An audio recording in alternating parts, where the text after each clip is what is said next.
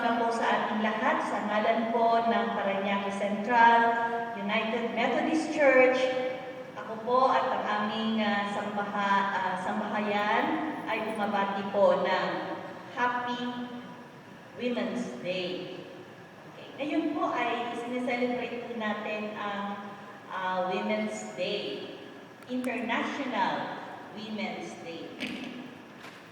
At ako po ay nagagalak at isa pong karangalan na ako po ay maimbitahan sa umagang ito para po magsalita at magbigay ng mensahe sa inyo.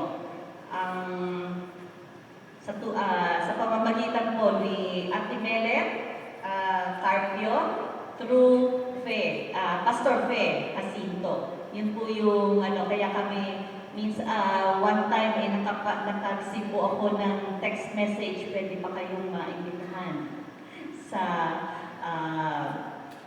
March 8. Okay po. So, tayo po ay sumadaling manalangin. Panginoon, maraming salamat sa kalakasan na patuloy mong ipinagkakaloob sa bawat isa sa amin. Sana po ang kalakasang kaloob mo ay magamit para sa ikalalago ng iyong ministeryo. Hayaan mo, Panginoon, na makarating sa iyong ang iyong mensahe sa bawat isang naririto ngayon na may bukas na isip at puso. Ito po ang aming dalangin sa pangalan ni Jesus. Amen.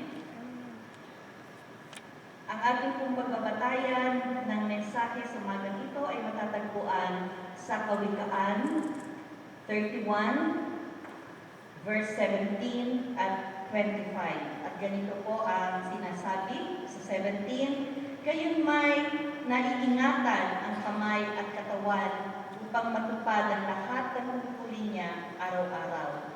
At sa 25, "Marangal at kapitapilagan ang kanyang kaanyuan at wala siyang pangamba sa bukas na daratal."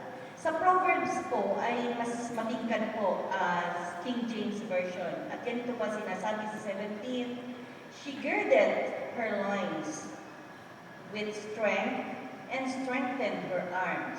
At sa 25, "Strength and honor are her clothing, and she shall rejoice in time to come."